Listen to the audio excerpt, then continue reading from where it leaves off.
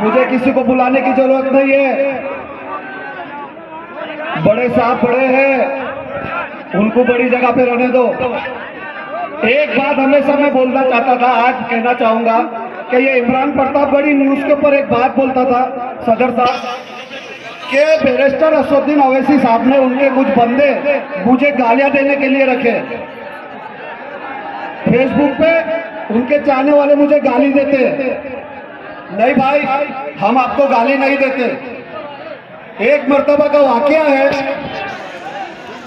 एक नवाब साहब थे, उनके घर में एक तोता पाला गया था और वो तोता जो भी आओ जाओ करता था उसकी बातें सुनता था।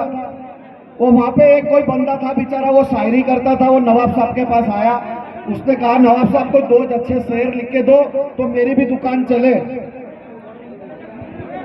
तो वो नवाब साहब ने कुछ दो शेर उनको लिख के दिए, उसकी दुकान चल गई, वो मशहूर हो गया।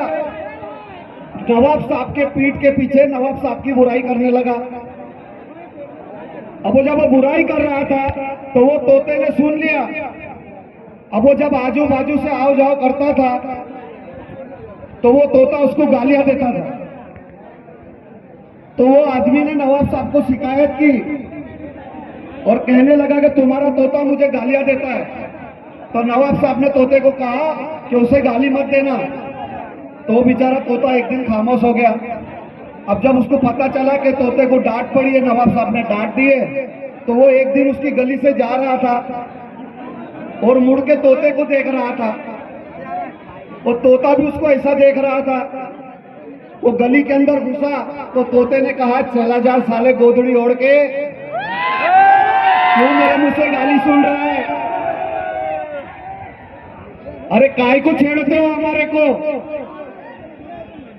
क्यों छेड़ते हो हमारे को? हमको छेड़ो नहीं, अगर छेड़ोगे तो छोड़ेंगे भी नहीं। आप लोगों को मजलिस के उम्मीदवारों को जिताना है। आपके बीच में आज तक जितने कॉर्पोरेटर थे, अगर वाकई में कॉर्पोरेटर को देखना है कि किसे कहते हैं तो मजलिस के उम्मीदवारों को जिताए।